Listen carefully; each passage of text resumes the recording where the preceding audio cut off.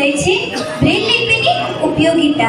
હું મારા વક્તવ્યનો ઉઘાડ એક પંક્તિ દ્વારા કરવા માંગુ છું कि जितना भी पढ़ ले हम हमारी ब्रेल लिपि जैसा नहीं होगा, कि जितना भी पढ़ ले हम हमारी ब्रेल लिपि जैसा नहीं होगा, चाहे जितनी भी टेक्नोलॉजी आ जाए परंतु हमारी ब्रेल लिपि जैसा नहीं होगा। खरेखर મિત્રો આ પંક્તિ ચરિતાર્થ કરતી હોય એવું લાગે છે। મારા જીવનમાં તો બ્રેલ લિપિનું ખૂબ જ મહત્વ છે। કોઈ બધાના જીવનમાં કંઈક ને કંઈક વસ્તુનું તો મહત્વ હોય જ છે, પરંતુ આપણે તો દ્રષ્ટિહીન છીએ।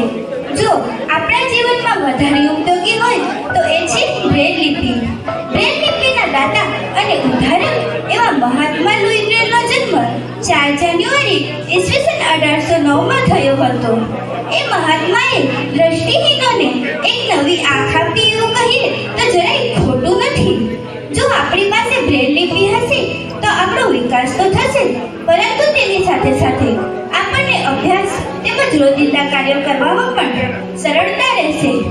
બ્રેલ લિપિની મદદથી આપણે વિવિધ સમાચાર પત્રો તેમજ દૈનિક કાર્યો કરી શકીએ છીએ। જો આપણા જીવનમાં બ્રેલ લિપિ ન હોત તો આપણું જીવન સૂનું અવકાશ જેવું લાગત।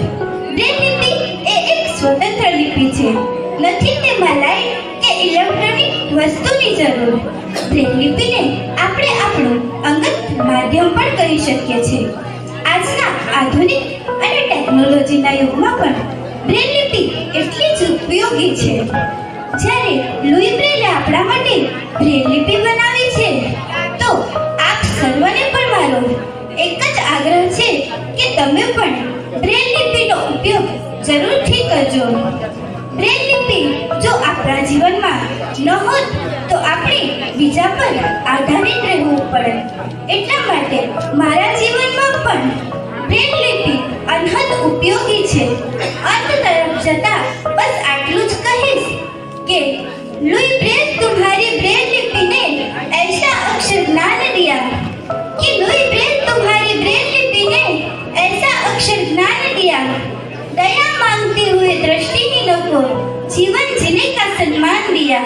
दया मांगते हुए दृष्टिहीनों को जीवन जीने का सम्मान दिया।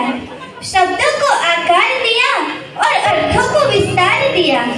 शब्दों को आकार दिया और अर्थों को विस्तार दिया, कि लुई ब्रेल तुम्हारी ब्रेल लिपि ने ऐसा अक्षर ज्ञान दिया, ऐसा अक्षर ज्ञान दिया।